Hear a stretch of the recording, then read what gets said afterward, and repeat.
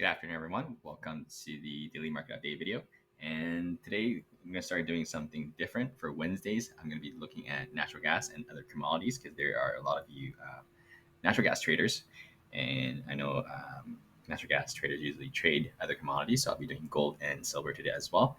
And I'll also be breaking down just KQQ itself. I break down the big tech stocks every day. So that's 6 days a week.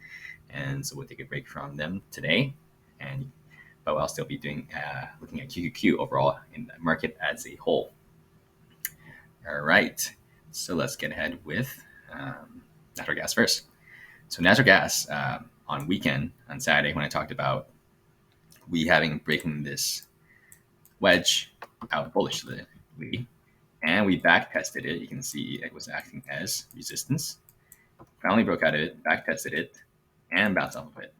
A good sign for the bulls, and it's a good momentum heading forward as well, because we had broken our very first weekly uptrend in a very long time. You can see initial move, bounce, weekly uptrend confirmed, continuation of the weekly uptrend. Now, today, there's a little bit of a red flag after today's action. As you can see, the past 2 days, we were testing that resistance, this 2.8 level. And today we finally broke through it. On the smaller time frame, you can see we finally broke through this 2.8 resistance right here this morning and hit the next level resistance 2.85, and we sold back underneath our level that we broke. So that's a bull break lacking follow through. So that is a initial red flag for me in terms of for the bulls. So we zoom out and let's take a look. So when that happens with the bull break lacking follow through, and obviously the bear volume is going to come in. So that's what happened. And you can see we have sold straight back into our prior resistance. Now it's going to act as support because we are above, our price action is above it. You can see it was acting earlier as resistance, resistance, resistance, and when we're above it, acts as support, underneath it, resistance, resistance. And now we have just come back to that level here. So what I want to see for the bulls is to definitely hold this level. And that would still be okay for the bulls due to our last pivot for the daily uptrend is over here. You can see initial move here, the pivot low of that higher than this low, and the next move up. You could call this also a pivot, but I would just say this is one move overall. As long as we hold above this pivot, the daily uptrend is intact. But we don't want to see a big enough retracement where now the bears can have on the next bounce to scout that lower high. So the size of the move is important due to just like this one right here. You can see the size of this bull move was 15%. That on the next drop, it allowed space for the bulls to buy the dip to shape up that uptrend, just like that, because there's a lot of space, right? For example, if we have a very small bounce, right, next time it drops, we already retrace 100% of that move, and there's no more space for the bulls to work with, just like this drop. So if it goes further, then it's going to start shaping up a red flag for bulls. On the next bounce, now bears will have space to potentially shape up that downtrend. So now it's still okay. So we want to hold this 2.6 as well as this 2.61 zone and hold that 12 EMA. This is just the exponential moving average 12. If you indicator, indicator in type 12. So that's the key zone for me to definitely want to hold as well. So the weekly, let's take a look here, see if there's any red flags on the weekly. No signs of red flag on the weekly yet, and as well as daily, as long as we hold that level. And even though the structure of the chart now is a lot better favoring the bulls on the weekly and the daily chart because we're on a weekly and daily uptrend, I want to point out that on the monthly chart, we are still technically in a monthly bear flag. So if we take the move from this A A move, so the top of this move to the bottom of this move, B. So what we do is we take the Fibonacci and we measure it. And we see how much have we bounced so far, right? So far from this A to B move, we have bounced not even 23% of that. So as long as we don't bounce over the 38.2%, we are in a bear flag. So this is still a monthly bear flag. So potentially, you know, we chop around, bounce, bounce, bounce, and if we continue to break down again, that's a monthly bear flag confirming. Obviously, I'm not saying that the monthly bear flag is going to confirm. By that time, it will be many months out already because there's only one candle per month. I just want to point out that we still got to be cautious due to there's still a monthly bear flag that is intact at the moment. But on the shorter time frames, on the weekly and the daily, the uptrend is still intact and favoring for the bulls at the moment. As those stay intact, the bulls are okay. So the very first thing is I want to see this daily uptrend continuing. So every time we form a pivot, higher low, meaning the low of the next pivot is going to be higher than prior pivot. So you can see this is the pivot. This one is higher. It's a higher low. And I want to see a pivot set right here where that'll be also a higher low. And that'll just be a daily uptrend continuing. And if we do break that prior high, and we'll likely be heading up to this $3 zone right here. So as long as we hold this level, bulls are okay. And if we do break through the zone, obviously we are going to come test into this place again where this chop zone is. So likely be chopping around here if we do break through that. Because and if we do break through that, we're going to come down to this chop zone where it's going to act as 2.37 as support. And that'll be a huge red flag overall because that would negate now we're breaking that prior pivot, so the downtrend will be gone, as well as the weekly uptrend will be gone as well, and it will turn into a downtrend. As of now, no signs of that yet, but we do have increasing bear volume today, so we'll see if the bulls can hold this level tomorrow. And let's take a look at the tradable ticker UNG, which is for NatGas, and similar price action and a little bit weaker. You can see when it was going sideways on NatGas, this was going down. Now we have came back and retested 12 EMA.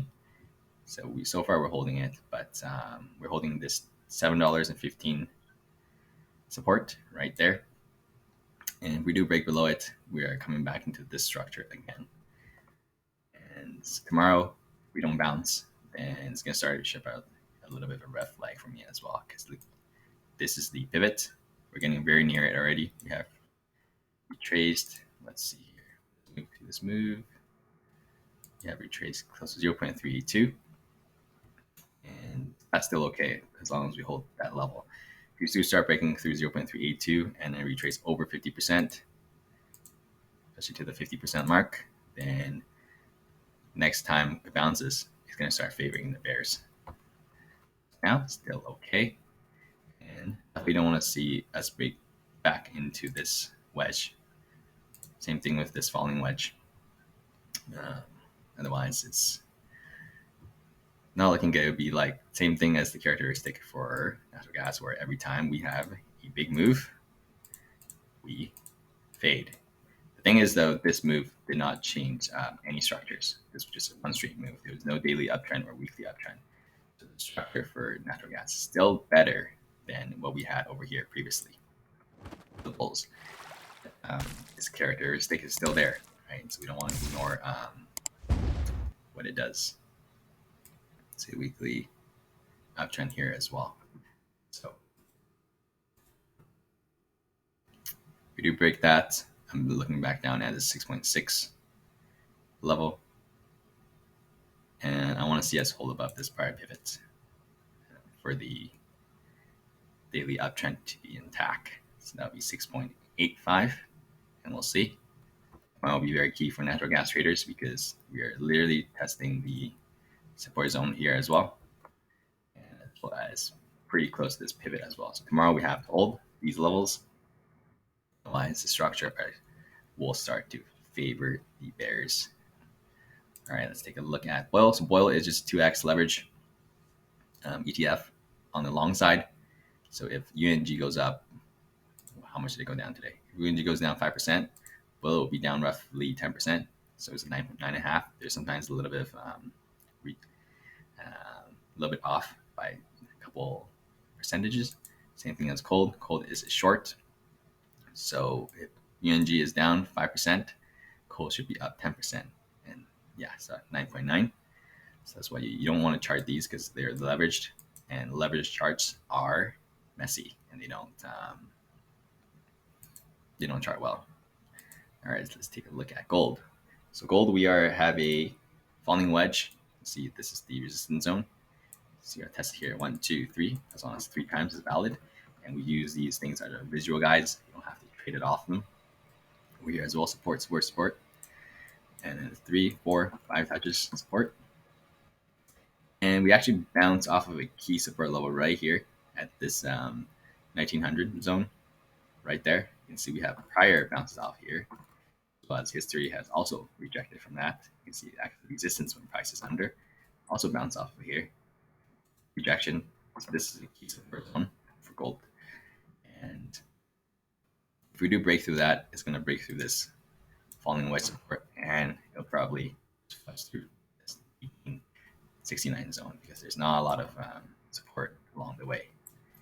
Mostly a straight shot through.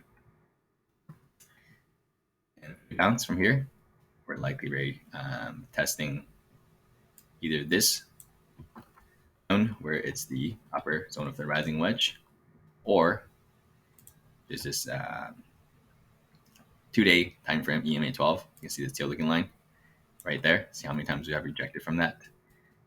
Rejection. So this will catch up very soon. It will likely coincide with this falling wedge resistance zone right there. So we give it another 2 days, probably be close to this 1930 zone. And we gotta wait for the EMA 12 to catch up a little bit. And gold is still in a downtrend, so no signs of it turning around. You can see it's a daily downtrend continuing. Also, do we have a weekly downtrend? Let's see here. A weekly move, one big move.